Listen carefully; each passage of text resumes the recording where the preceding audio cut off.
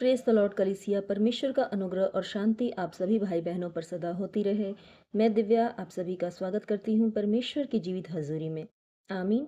मेरे प्रियो, आज मैं बाइबल का एक वचन आपके लिए लेकर आई हूँ जो हमें ये सिखाता है कि जो मसीही लोग हैं, जो मसीही विश्वासी लोग हैं, परमेश्वर के बेटे और बेटियाँ जिन्होंने अपना जीवन परमेश्वर को दे दिया है और बपतिस्मा ले लिया है, जो यीशु के लहू से मोल खरीदे गए हैं, परमेश्वर ने जिनके जीवन में गवाहियाँ बनाई हैं, आखिर उनका जीवन कैसा होना चाहिए कि जो प्रभु को प्रसन्न कर सकें और ऐसा जीवन जीकर वो परमेश्वर से आशीषें ले सकें और स्वर्ग के अधिकारी हो सकें और जीवन की पुस्तक में उनका नाम लिखा जाए। मेरे प्रियो, प्रभु में आने का मतलब ये नहीं है कि आप सिर्फ संडे को चर्च जा रहे हैं, बाइबल पढ़ रहे हैं।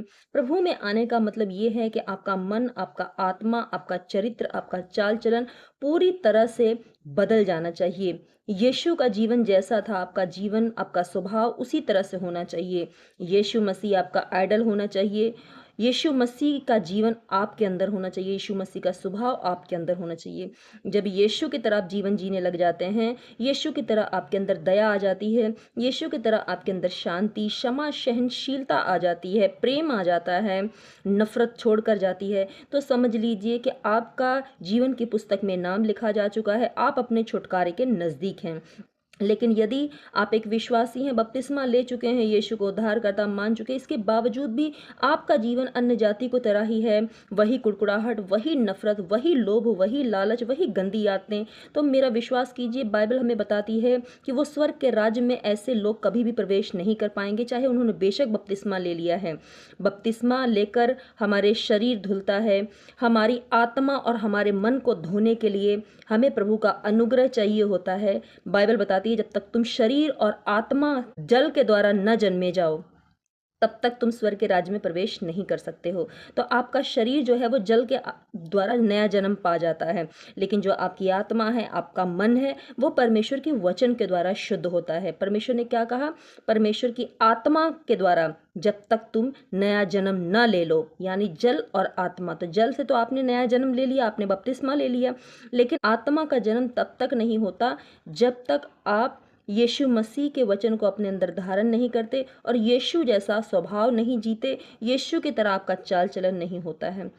तो मेरे प्रियो, आज हम जानेंगे इस वचन के द्वारा, जो कि इब्रानियों अध्याय 13 का वचन 1 से लेकर 6 तक लिया गया है। इस वचन में हम ये जानेंगे और सीखेंगे कि जो परमेश्वर ने अपने चुने हुए बेटे बेटियों को अपनी महिमा के लिए अलग किया है, बपतिस्मा दिया, अपने लहू से मोल खरीदा, उनके पापों के लिए जो यीशु हमारा क्रूस पे कलवरी पहाड़ी पे चढ़ा, आखिर उनका जीवन कैसा होना चाहिए। प्रभु हमें हमारे रोज़मर्रा में जीवन जीने के लिए आखिर हमें किस तरह से कहता है कि हमारा जीवन बिल्कुल निष्कलंक और निष्पाप रहे और परमेश्वर को प्रसन्न करने के योग्य हो, जिसकी वजह से हम स्वर्ग के अधिकारी हो सकें और जिसकी वजह से शैतान से हम लड़ सकें और पृथ्वी पर भी हम अपने छुटकारे को ले सकें।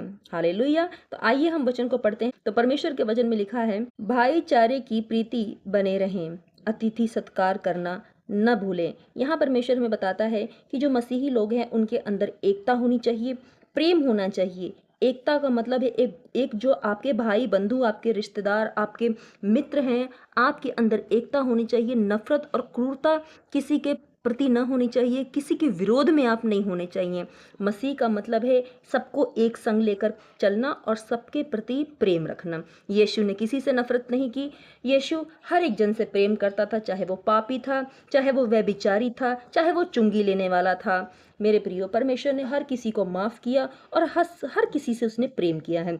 तो आप परमेश्वर के बेटे हैं। मसीह का स्वभाव आपके अंदर तभी आएगा जब आप इन नियमों को फॉलो करेंगे। पहला क्या है? एकता रखना अपने लोगों से। भाईचारे का मतलब है एक दूसरे से प्रेम करना और अपने लोगों से एकता बनाए रखना।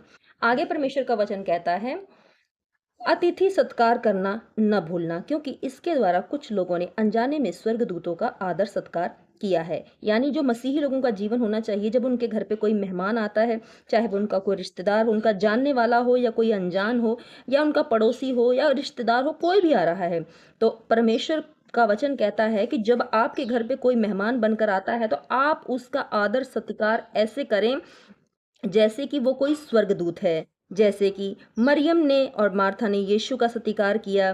जैसे कि जब परमेश्वर किसी के घर में फसह का पर्व मनाने के लिए जाते थे तो वहाँ पे लोग कितना आदर सत्कार करते थे। जैसे यीशु जब गधे पर गया तो लोगों ने कैसे वहाँ पर पाम के पौधे बिछाए, कैसे अपना दुपट्टा और ओढ़नी बिछाए। यानी परमेश्वर कहता है कि आपके अंदर ऐसा स्वभाव होना चाहिए कि जैसे आप मसीह का आदर करते हैं उसी तरह से जब परमेश्वर के जो लोग हैं, जब आपके घर में कोई मेहमान बनकर आता है तो आप उनका आदर भाव कुड़कुड़ा कर ना करें, बल्कि प्रेम और आनंद के साथ उनका आदर करें। उन्हें चाय पानी अच्छा खिलाना, अच्छी तरह से उन्हें विदा करें, उनसे अच्छी तरह से बात करें, व्यवहार करें।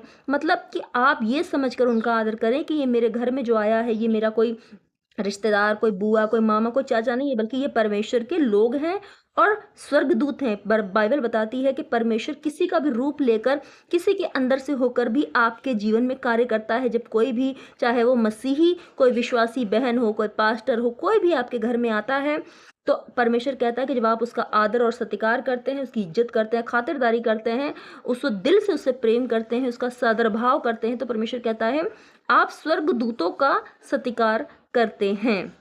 आमीन। मेरे प्रियो, में जितने भी वचन बता रही हूँ ये मसीही का जीवन होना चाहिए। भाईचारा बना के रखना, एकता बना के रखना, प्रीति करना अपने लोगों के साथ, और अपने जो मेहमान रिश्तेदार हैं उनका आदर करना, सम्मान करना। उन्हें कुड़कुड़ाना नहीं। बहुत सारे लोग ऐसे होते हैं, जब घर में कोई मेहमान, कोई गेस्ट आता है तो बहुत से लोग कुड़कुड़ाते हैं, अरे ये तो फिर आ गया, आज हमारे घर पे आ गया, अरे ये तो बेटाइम आ गया, मैं तो अभी ये वीडियो देख रही थी, मैं तो अभी ये मूवी देख रही थी, ये तो आ गया बिना बताए। कुड़कुड़ाना नहीं है। परमेश्वर कहता है जो आपके घर पे आता है उसका आदर करना, सत्कार करना है, जैसे आप परमेश्वर का करते हो। आमीन। आगे परमेश्वर के वचन में लिखा है, कैदियों की ऐसी सुधि लो कि मानो उसके साथ तुम भी कैद हो, और जिनके साथ बुरा बर्ताव किया जाता है उनकी भी यह समझकर सुधि लिया करो कि हमारी भी देह है। मेरे प्रियो, यहाँ परमेश्वर दयावान बनने के लिए कहता है कि आप लोगों पर दया दिखाएं। यदि कोई जेल में बंद हो, चाहे वो आपका पड़ोसी हो, रिश्तेदार हो, आप जब किसी की सुधि लेने जाएं तो ये महसूस करें कि मैं जेल में बंद हूँ। अगर मैं इसकी जगह पर होता, इस जेल में या कैद खाने में, तो मेरे दिल पर क्या बीतती, या मेरी मानसिक दशा, शारीरिक दशा कैसी होती। तो परमेश्वर कहता है उसके दर्द को महसूस करके उसके साथ एक हृदय होकर उसकी सुधि लेने जाओ, उसे तसल्ली दो, उसे बातचीत करो, उसे प्रेम करो। हालेलुया। आगे परमेश्वर का वचन कहता है कि जो मसीही लोगों के साथ बुरा करते हैं या जिनके साथ बुरा व्यवहार होता है, उनके लिए खड़े हो, उनका न्याय करो, उनके साथ खड़े हो, उन्हें तसल्ली दिलाओ और उनके साथ शामिल हो, उनकी सुधि लो, यह जानकर कि ये मेरी देह है। कोई मसीही लोगों को मार रहा है या कोई एक अन्य जाति को भी अगर कोई मार रहा है तो उसे बचाओ, उसके लिए खड़े हो, ये समझकर कि ये चोट जो इस भाई के ऊपर लग रही है ये मेरी ऊपर लग रही है। क्यों? क्योंकि आप सब मसीह में एक देह हैं। यीशु मसीह सबके अंदर रहता है और आप मसीह में एक देह हैं। तो दूसरे की सुधि आप तब लें जब उसके दर्द को अपने ऊपर महसूस करें कि ये भाई के अंदर, ये बहन के अंदर जो दर्द है, अगर मैं इसकी जगह होता तो मेरे साथ अगर ये हो रहा होता तो कितनी तकलीफ होती। तो परमेश्वर कहता है जब किसी की सुधि लो तो अपनी तरह जानकर, अपनी देह समझकर उसकी सुधि लो। आमीन। आगे चौथे वचन में लिखा है, विवाह सब में आदर की बात समझी जाए और विवाह बिछौना निष्कलंक रहे, क्योंकि परमेश्वर व्यभिचारी और परिस्त्री गमन का न्याय करेगा। हालेलुया। मेरे प्रियो, यहाँ परमेश्वर विवाह के बारे में हमें बहुत गहरी चेतावनी देते हैं कि जो विवाह है, एक पति पत्नी का जो रिश्ता है, वो परमेश्वर की निगाहों में बड़ी ऊंची बात समझी जाती है, बड़ी आदर की बात समझी जाती है। तो परमेश्वर कहता है जो विवाह है, जो परमेश्वर ने जोड़ा बनाया है, वो परमेश्वर की ओर से है। आपकी पत्नी परमेश्वर की ओर से दी गई है, आपका पति परमेश्वर की ओर से दिया गया है। तो परमेश्वर कह रहा है कि जो मैंने दिया है, जो पति पत्नी का जोड़ा मैंने बनाया है, उसे आदर की बात समझो कि ये परमेश्वर की ओर से हमें मिला है। तो परमेश्वर ने हमें दिया है, उसका धन्यवाद करो, उसका आदर करो, अपने पति का आदर, अपनी पत्नी का आदर करो। यानी कि परमेश्वर कहता है कि जो विवाह का बिछौना है वो निष्कलंक रहे। आप आपका जो बिछौना होता है, यानी जो संबंध पति पत्नी के होते हैं, परमेश्वर कहता है कि वो निष्कलंक रहना चाहिए। वो कलंकित कैसे होता है? जब एक पत्नी किसी गैर आदमी के साथ, अपने पति की गैर मौजूदगी में जब संबंध बनाती है किसी गैर मर्द के साथ, तो वो जो बिछौना होता है, उसके पति की जो जगह होती है वो कलंकित हो जाती है। या कोई पति अपनी पत्नी की जगह जब बिछौने पर किसी और स्त्री के साथ व्यभिचार करता है, गंदे काम करता है, सेक्स करता है, रिलेशन बनाता है, तो परमेश्वर कहता है वो बिछौना जो है वो कलंकित हो जाता है। इसलिए परमेश्वर कहते हैं कि जो पति पत्नी का रिश्ता है उसे आदर की बात समझी जाए, विवाह एक आदर की बात समझी जाए, सम्मान की बात समझी जाए। और क्या है कि जो बिछौना है पति पत्नी का वो निष्कलंक रहना चाहिए, यानी उस बिस्तर पे सिर्फ पति और पत्नी होने चाहिए। यहाँ घर की बिस्तर की बात नहीं हो रही है, घर का बिस्तर भी और जो हृदय भी है आपका, आपके हृदय में आपकी पत्नी और आप पति के हृदय में आपका पति ही होना चाहिए, वहां पे कोई और नहीं होना चाहिए, क्योंकि परमेश्वर हर किसी का न्याय करेगा। लिखा है यदि आप परमेश्वर से छुप कर, अपनी पत्नी से छुप कर ऐसा कर रहे हैं तो भले आपकी पत्नी या आपका पति आपको न देखे व्यभिचार करते, लेकिन परमेश्वर हर एक जन को देख रहा है। आप दुनिया के किसी भी कोने में चले जाएं, कहीं भी चले जाएं, किसी भी गर्लफ्रेंड या बॉयफ्रेंड के साथ, किसी के साथ भी अपना अफेयर या अलग से बाहर से किसी के साथ संबंध बनाते हैं, तो वो परमेश्वर से छुप नहीं सकता। परमेश्वर की निगाह हमेशा आपके ऊपर रहती है, दिन और रात। और परमेश्वर कहता है मैं देख रहा हूं और मैं व्यभिचारियों का और परस्त्री गमन का न्याय करूंगा। आप ये ना सोचें कि जो भी मैं पाप कर रहा हूँ, ये जो भी रिलेशन कर रहा हूँ, जो गंदी निगाहों में किसी गैर मर्द पे या गैर स्त्री पे रख रहा हूँ, तो वो परमेश्वर नहीं देख रहा। परमेश्वर कहता है उसका न्याय करेगा और फिर वो कुछ समय बाद आपके ऊपर वही आपका किया हुआ लौट कर आएगा। वो कर्ज, वो श्राप, वो बीमारियां, वो कलेश आपके घर में, आपके परिवार में वो लौट कर आएंगे जो आपने किए हैं। हालेलुया। आगे परमेश्वर का वचन कहता है तुम्हारा स्वभाव लोभ रहित हो और जो तुम्हारे पास है उसी पर संतोष करो, क्योंकि उसने आप ही कहा है मैं तुझे कभी न छोड़ूंगा और कभी न त्यागूंगा। इसीलिए हम निडर होकर कहते हैं प्रभु मेरा सहायक है, मैं न डरूंगा, मनुष्य मेरा क्या कर सकता है। आमीन। मेरे प्रिय, परमेश्वर ही कहता है कि जो कुछ मैंने तुम्हें दिया है तुम्हारे पास इतना पर्याप्त है कि तुम सुबह सोकर उठते हो, अपने काम पर जाते हो, 2 वक्त की अच्छी रोटी खाते हो, तुम्हारा परिवार खुश है, तुम्हारी बीवी तुम्हारे साथ वफादार है, तुम्हारा पति तुम्हारे साथ वफादार है, अच्छा स्वास्थ्य है, कोई बीमारी नहीं है, घर में शांति है। परमेश्वर कह रहा है इसी में तुम खुश रहो। तुम्हारा परमेश्वर तुम्हारे साथ है। तुम दूसरे का पैसा, दूसरे की स्त्री, दूसरे का धन, दूसरे का सामान, दूसरे का गहना देखकर कुड़कुड़ाओ मत या अपने आप को कोसो मत। लोभ रहित मत हो। लोभ का मतलब सिर्फ पैसे को लेकर नहीं है, चाहे वो सामान हो, किसी की स्त्री हो, किसी का सोना हो, किसी का घर हो, किसी की जमीन हो, जायदाद हो, कुछ भी हो सकता है वो।